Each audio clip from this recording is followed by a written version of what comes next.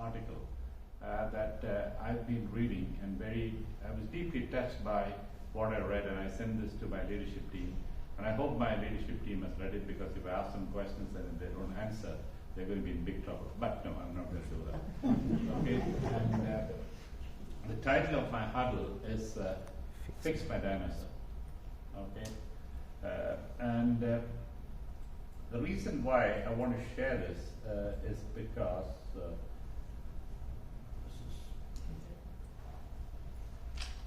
yeah, there you go. You all know this, okay? You know, the world that we are experiencing now, all of us, you know, there's no exception to this, okay?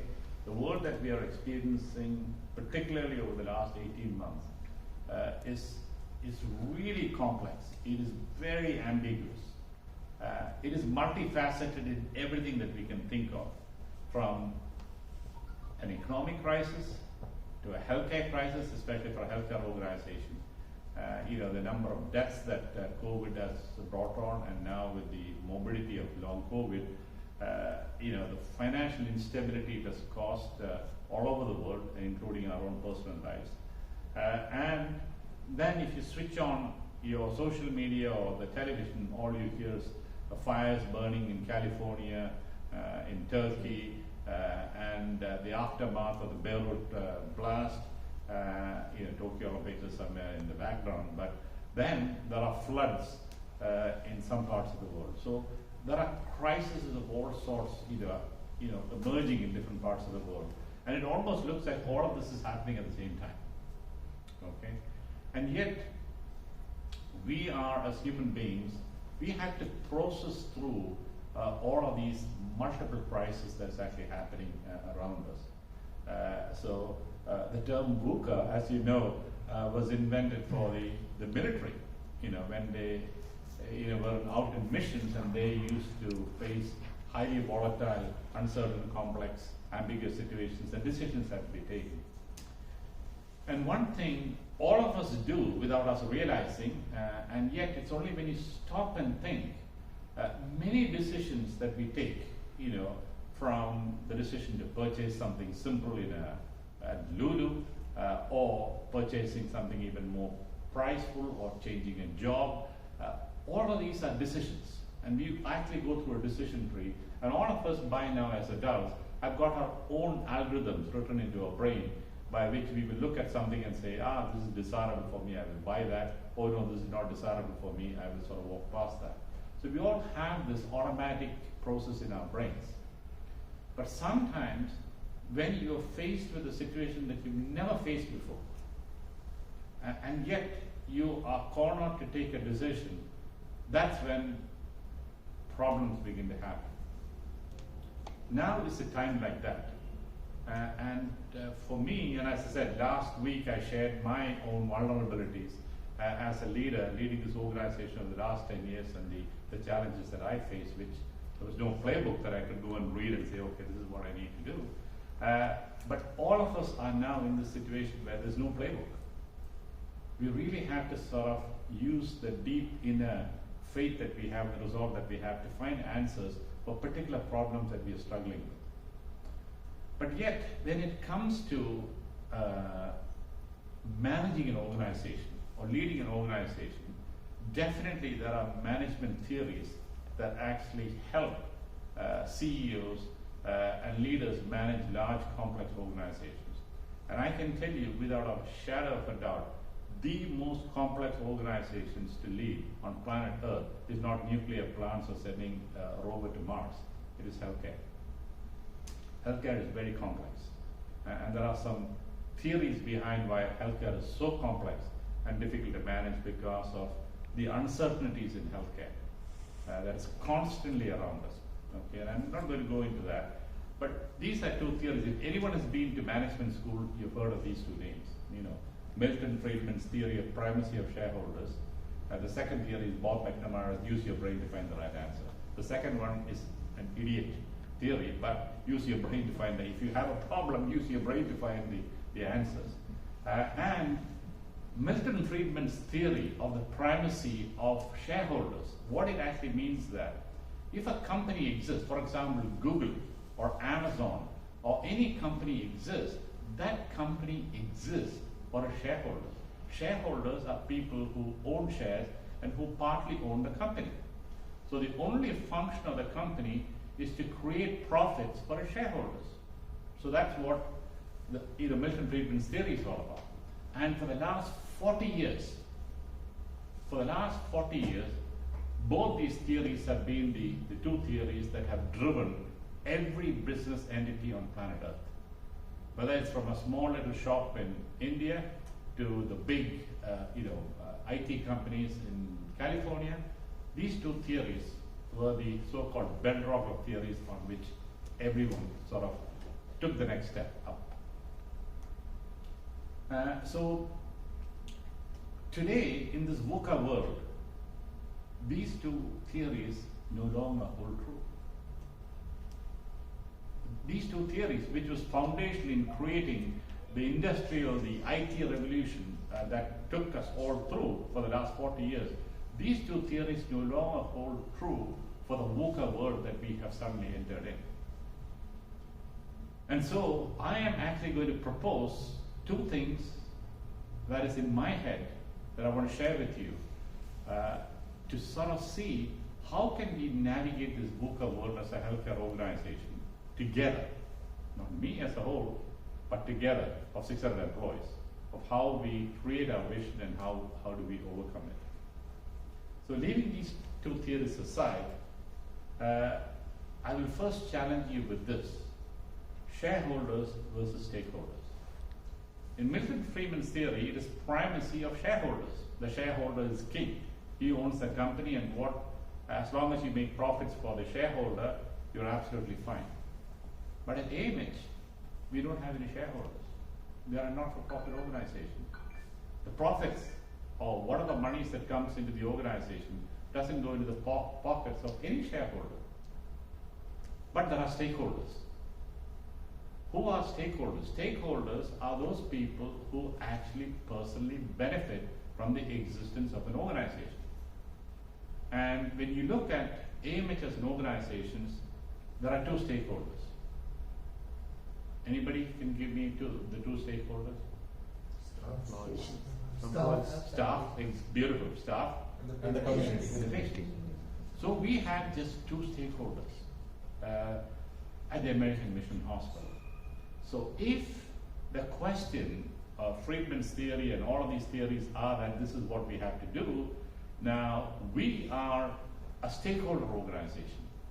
So how do we fulfill the needs of the stakeholders, of our employees, number one, and through our employees, the patients that actually come to our organization, okay? And this is what I have suggested as an alternative to this theory. And this is my theory. I'm not going to copyright it or anything, but this is my theory. So, what I suggest is this. For me, the primacy is our stakeholders. And the primacy starts with our staff. Because if our staff are not fully engaged, then our patients cannot experience the best that actually come through. You said Sheikha Hessa is coming to be admitted. If the stakeholders, that our staff are not fully engaged in caring for her, then her experience at the American Mission Hospital is never going to be good. So staff engagement, employee engagement is critical in ensuring that patient experience is optimized. And I already have shared with you multiple times in the past few weeks that patient experience and patient outcomes is a key strategy for us to come out of the uncertainty of COVID. Our strategy of how to build our brand post-COVID comes through how we collectively come together and use patient experience as the gateway or the pathway of fulfilling our mission and our vision. Got it there so far? The second theory that I just put up there is to use your brain. Is to use your brain to find solutions. That's a given, use your brain. But for me, I have a different theory. My theory is this, is to use your heart. Use your heart. And this is where what's up on here actually comes into action. If you use your heart to find solutions, then compassion, grace, and love is real. You cannot comprehend compassion, grace, and love through your brain. It's not logical. I don't love anyone through my brain. I cannot extend grace through my brain. And I can't come alongside and be empathetic to another person through my brain. It is all done through your heart. So here goes my theory. I would refute the theory of using your brain for every solution, but use your heart. If you see a customer or a patient, okay, and if in your heart you connect with that patient to say that, you know what, that patient could be my sister, my mother, my aunt, one of my own, how would I treat that patient? It changes everything. It absolutely changes everything. So the two new theories on which we will build the foundation of our future to fulfill our vision is, number one, what is number one?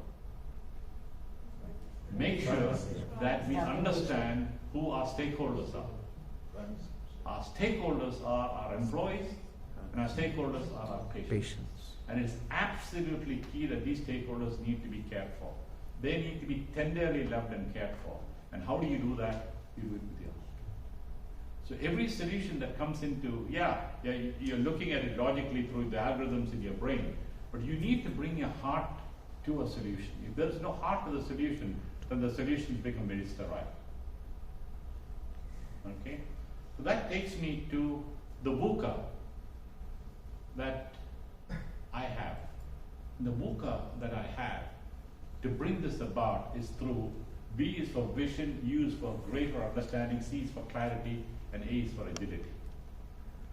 From complete uncertainty and complexity and ambiguity, you want to arrive at a place where you see things very clearly.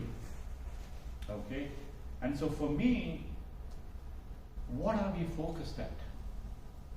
What are we focused at?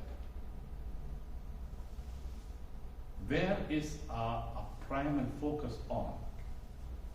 And are we doing everything so that we fulfill the vision where we want to get to? Do we have a deep understanding of the needs of our stakeholders, both employees and our patients? Do we see things clearly in the fog of COVID and post-COVID? And at the end of the day, are we quick enough? Are we adaptable enough and quick enough to move, have the first mover advantage in whatever things we do? There's no point in coming the sixth in an Olympic race. If you finish first, second, or third, you get a medal. If you finish fourth, fifth, and sixth, people don't even know. In fact, people don't even know who the silver medalist is. It's only the gold medalists, people remember. So, if this is the future, then I will come back to the title of my first slide. Okay, and the title of my first slide was this. The dinosaur. Fix my dinosaur.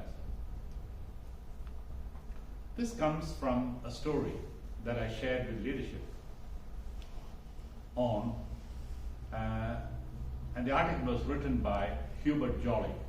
Hubert Jolly was the ex-CEO and chairman of Best Buy. You've heard of Best Buy, you buy computers, you buy all kinds of things from Best Buy. So he was, and he had a stellar career in leadership, and now he teaches at Harvard, and he writes his book on the future of leadership. And it resonates with me big time. And Fix My Dinosaur is a story about a little child who buys a dinosaur toy, and unfortunately the head comes off. Okay, and the mother cannot fix the dinosaur. So what the mother does is, the mother takes this child and goes back to Best Buy and say, sorry, the dinosaur head got broken, and could I get either a refund or can I, whatever it is. So the employee who looks at the broken dinosaur with this child looking anxiously tells this little girl, you know what? I've got the best surgeon.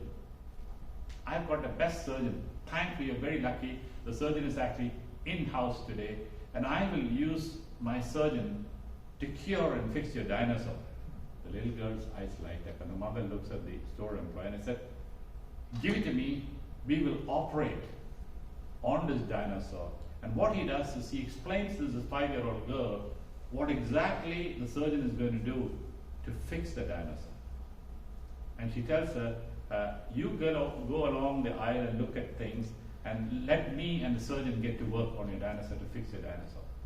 And sure enough, what the employer does is he goes and takes a new dinosaur out of a new packet that is identical to this dinosaur and returns 20 minutes later and gives it all bandaged up to this girl and say, your dinosaur is healed, cured.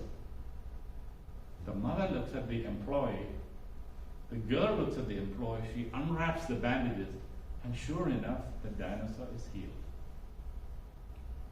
Now, the moral of the story. The moral of the story is the culture of the organization. Number 2, there is no playbook. There is no playbook, no policy, no guideline that tells that employee, this is how this employee should respond to a 5-year-old girl who's got a broken dinosaur neck. Okay? And that is what Best Buy is all about. And what Hubert Jolly talks about is that I would love to lead employees who can fix dinosaurs. Who can fix dinosaurs. And I'm telling you today, I would love to lead an organization that can fix people. People come into this organization not with just a blocked bowel or needing a C-section. A lot of people come into this organization with anxieties and broken hearts. And if you see the patient as only as a patient who's got a broken limb to be fixed, or a person that's got cough and needs a chest x-ray and sends that patient out of the hospital by just prescribing some drugs, you haven't fixed that dinosaur. The dinosaur, broken neck, or the dinosaur remains. So if we could take a page out of the playbook of Best Buy that sells computers and toys and apply that into our own settings of healthcare and begin to think differently, not through your head, through your heart, and begin to think that each person who comes in front of you, whether it's your peer as an employee or a patient that comes in front of you, is a patient that you have an amazing opportunity to do something positive. Let me remind you of one other fact. Of all the 600 employees that we have, there is not a single employee in this organization that wakes up each morning and says, oh, I'm waking up to go to work so that I can earn 10 dinars today. I don't think there will be a single employee, certainly in American Mission Hospital. I think they're wrong, but but there is no employee who wakes up every morning and says that, you know what, I'm going to work so that I will earn 10 BD or 20 BD or 30 BD today as part of my salary. In fact, every employee wakes up in the morning, comes to work saying that, you know what, let me see what I can do in my job role or outside of my job role to fix a broken dinosaur. If that becomes the culture of the American Mission Hospital, trust me, we would have already started changing patient experience even before we walk into the walls of an amazing new hospital that we're building. And that has to happen now and here, not in a year's time when we walk into the amazing new hospital we are going to have. And that starts not in your heads, but it starts in your hearts. If you believe in it, and if you believe in the values that which we stand for and that what hangs around your neck, there's nothing about brain power here. There's so much about heart power here. And let me remind you, everything that you do for your own child, for those of you who are mothers, okay, you don't do it because of your brain. You do it because of your heart. Okay? And if that is what you can bring to your work today, and come to work each and every day with that mindset and heart set, then AIM is a different organization. And I will finally leave you with this quote. This is Hubert Jolly's quote that I put healthcare in to make it a healthcare oriented. My purpose is to try to make a positive difference on the people around me and use the platform I have to make a positive difference in the healthcare world. For him, it was in the business world, but I actually put it in the healthcare world. So I stand before you today, whatever my title is. I sometimes don't even know what my title is. But my only purpose of my existence here at the American Mission Hospital is to make a difference in your lives, both in your professional, personal, and other lives, and in the lives of the patients that come to the American Mission Hospital. And to use the platform that I have, that God has given me. And my platform, it's called Circle of Influence, is much larger than the circle of influence somebody else has, purely because of my title and who I meet and who I get to talk to. And I can use the platform that I have to make a difference in healthcare in the world. I'm not interested in anything else. Okay? So, guys, we are fortunate to be at American Mission Hospital at this time of extreme uncertainty. Some of you are going through this, this cloud of anxiety and confusion and all kinds of things in your head. But let me breathe clarity into this. And as long as we stand together, we fix on the vision that we have and we fix on the mission that we have to do each and every day, then there's no uncertainty for us. The future seems quite secure for us. Thank you, and have a wonderful weekend. Thank you. Thank you.